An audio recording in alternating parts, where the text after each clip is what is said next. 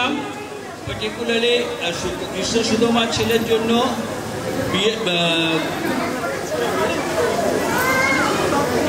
সামনে যেও না, সামনে যেও না।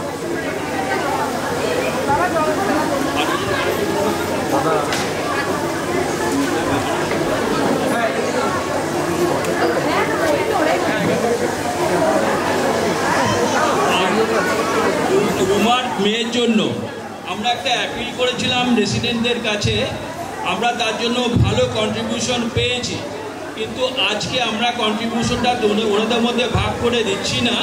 তার কারণ দেখলাম যে ওটা আমরা বলার পরে আরও কিছু লোক কিছু কন্ট্রিবিউট করেছে, সেজন্য আমরা চাইছি আগামী দুদিন আমরা এই কন্ট্রিবিউশনটা কন্টিনিউ করব। এবং আপনাদের কাছে আমাদের অনুরোধ থাকবে, আপনারা যদি কেউ কন্ট্রিবিউট করতে চান তাহলে আমাদের কালচারাল অ্যাকাউন্টে ওটা কন্ট্রিবিউট করে দিতে পারেন, এবং কত টাকা কন্ট্রিবিউট হচ্ছে সেটা আপনাদের আমি পরে জানিয়ে দেব। আজকে আমি একটা লিস্ট সার্কুলেট করেছি, তার মধ্যে কে কে কন্ট্রিবিউট করেছে তার নাম আছে, এবং মোটামুটি আপনাকে টেন্টেটিভলি আমি বলে দিতে পারি 22,500 টাকার মতো অলরেডি আমাদের কালেকশন হয়েছে। আমরা সেই জন্য এটাকে ওপেন রেখেছি, এবং আগামী দুদিন যারা এর মধ্যে কন্ট্রিবিউট করতে চান তাদেরকে অনুরোধ থাকবে তারা যেন কন্ট্রিবিউট করেন। টোটাল কন্ট্রিবিউশন আসার পরে তখন আমরা 3 জনের মধ্যে টাকাটা ভাগ করে দেব। আচ্ছা, এবার শুরু হচ্ছে চণ্ডালিকা। সমগ্র নৃত্য পরিচালনায় আবেরি দেবনাথ, এছাড়া লিপিকা দাস, প্রিয়াঙ্কা দত্ত, সোহিনী গুহ। নমস্কার। আমাদের পরবর্তী অনুষ্ঠান কবিগুরু রবীন্দ্রনাথ ঠাকুরের সৃষ্ট নৃত্যনাট্য চণ্ডালিকা। রবি ঠাকুরের নৃত্যনাট্য খুব একটা সহজ ব্যাপার নয়। আমাদের ক্ষুদে শিল্পীদের নিয়ে এটি পরিবেশনার দুঃসাহসিক পরিকল্পনাটা নিয়েছিলাম আমি।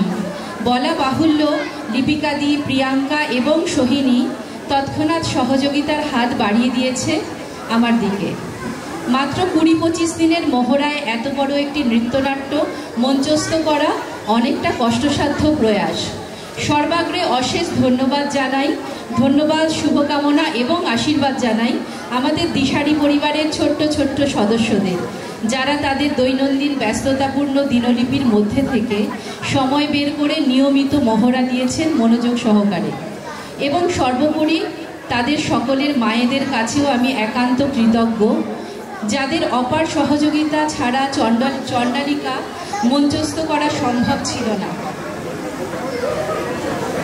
পরিশেষে আপনাদের কাছেও আমাদের বিনীত অনুরোধ, সকলে মিলে একাত্ম হয়ে দর্শকের আসন গ্রহণ করুন এবং মনোযোগ সহকারে অনুষ্ঠানটিকে উপভোগ করে শিশুদের উৎসাহিত করুন।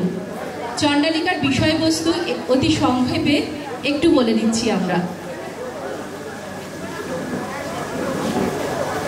ঋতুপর্ণা,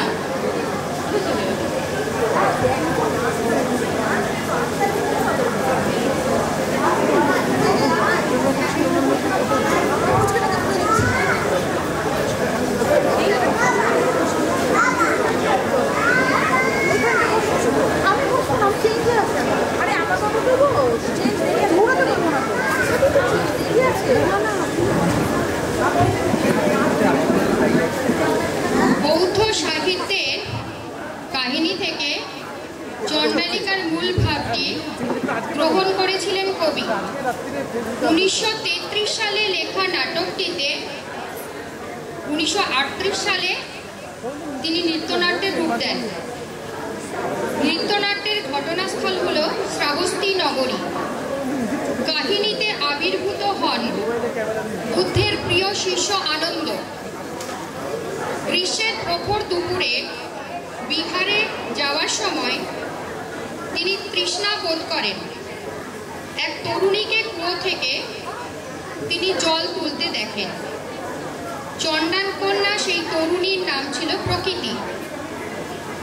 তার কাছে জল চাইলেন আনন্দ, কিন্তু প্রকৃতি দ্বিধায় পড়ে যায়, কারণ সেই চণ্ডালের কন্যা তাকে সবাই অস্পৃশ্য মনে করে। সেই সন্ন্যাসীকে জানায় তার কুয়োর জল অশুচি। প্রায় ৯০ বছর আগের রচিত নৃত্যনাট্যের মূল যে বিষয়, সেই অস্পৃশ্যতার অন্ধকার থেকে আজও আমাদের দেশের কিছু কিছু অংশ সম্পূর্ণরূপে মুক্ত হতে পারেনি। উপভোগ করুন চণ্ডালিকা।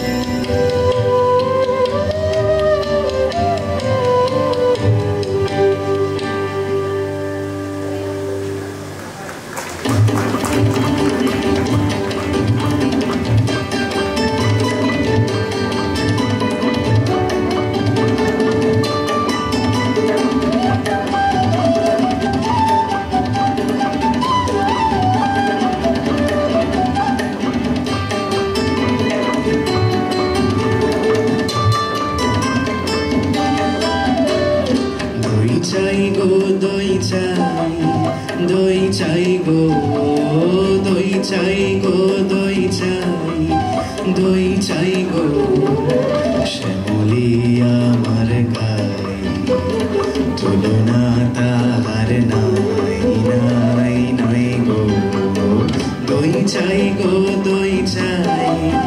দই চাই গো দই চাই গো দই চাই দই চাই গো কঙ্কনা নদীর ধারে ভোরবেলা নিয়ে যাই তারে কঙ্কনা নদীর ধারে ভোরবেলা নিয়ে যাই তারে দুর্বাদল ঘন মাঠে নদীর ধারে ধারে ধারে ধারে সারা বেলা চড়াই চড়াই গো দই চাই গো দই চাই দই চাই গো দই চাই গো দই চাই দই চাই গো দেহ খানি তার চিকন কালো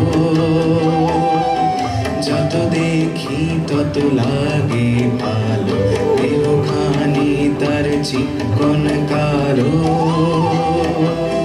যত দেখি তত লাগে ভালো কাছে বসে যাইব কে উত্তর দেয় সে চোখে কাছে বসে যাইব কে উত্তর দেয় সে চোখে পিঠে মোর রাখে মাথা গায়ে তার হাত বোলাই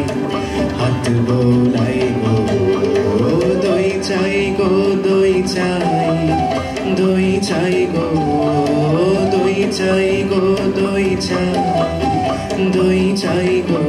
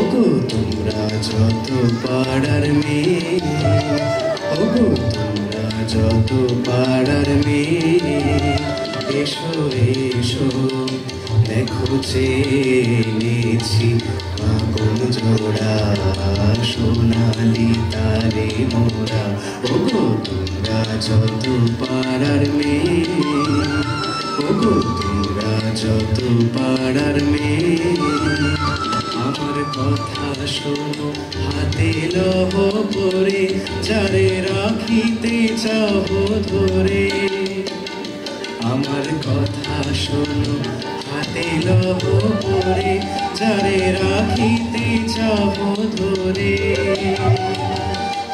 আকুল তোমার বেড়ি হয়ে বাঁধিবে মরুদাহার আমি দিলাম হয়ে ওগো তোমরা যত পাড়ার মেয়ে ওগো তোমরা যত পাড়ার মেয়ে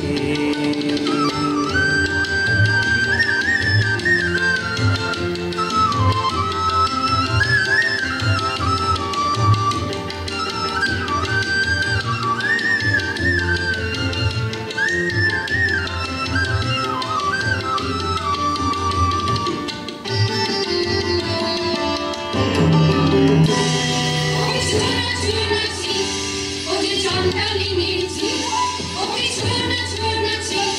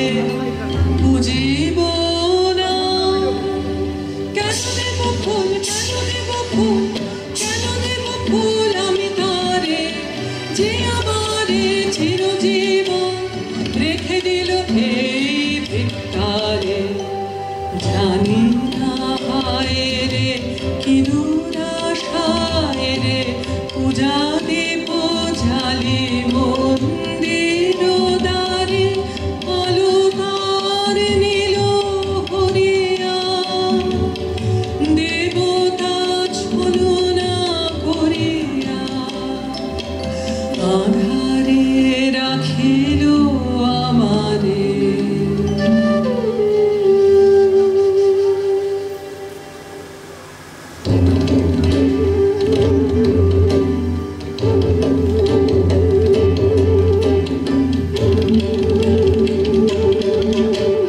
কি যে ভাবিস তুই অন্যমনে নিষ্কারণে বেলা বহে যায় যে রাজবাড়িতে ওই বাজে ঘন্টা ঢং ঢং ঢং ঢং ঢং ঢং বেলা বহে যায় রৌদ্র হয়েছে অতি তীক্ষ্ণ তোর আঙিনা হয়নি যে নিকন তোলা হলো না জল পড়া হলো না কখন বা চুল তুই ধরাবি কখন ছাগল তুই চড়াবি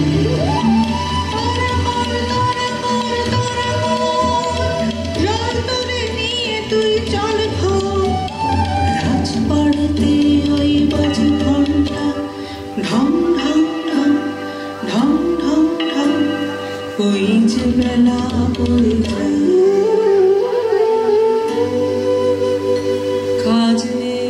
কাজ নেই মা কাজ নেই মোর ঘর কন্যা যাক ভেসে যাক ভেসে সব বন্যায় কাজ নেই মা কাজ নেই মোর ঘর কন্যা জন্ম কেন দিলে মোরে লাঞ্ছনা জীবন ভরে মা হয়ে আনিলি এই অভিষ মার কাছে বল করেছি কোন বিনা অপরাধে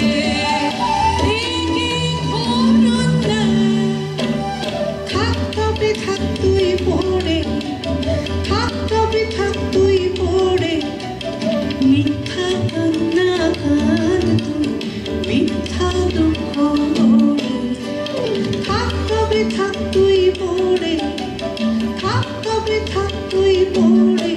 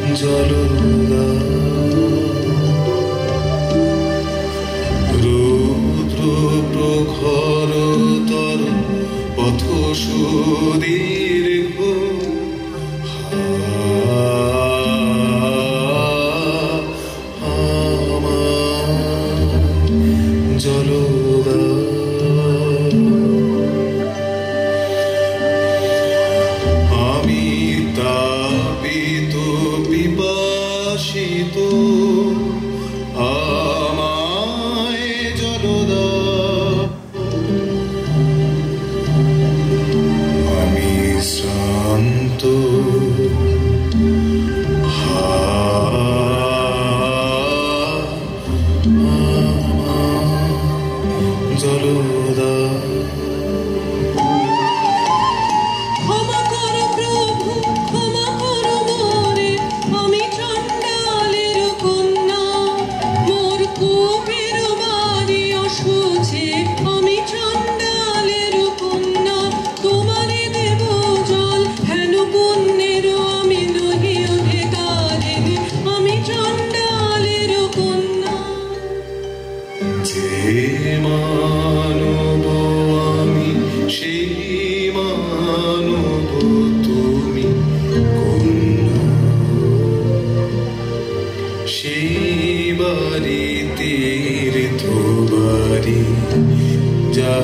তৃপ্ত করে তৃষিতে তাপিত শান্তের স্নিগ্ধ করে সেই তো পবিত্র বাড়ি জলদা আমায় জলদা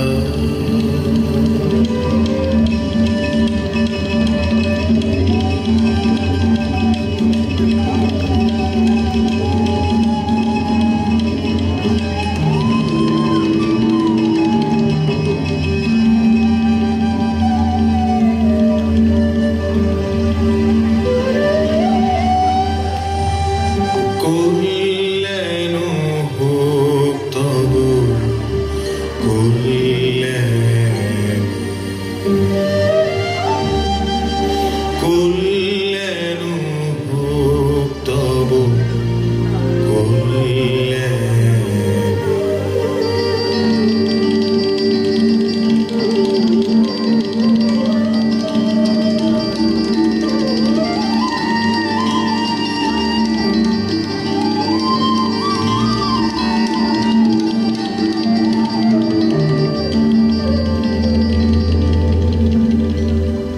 শুধু একটি গণ্ড সোজা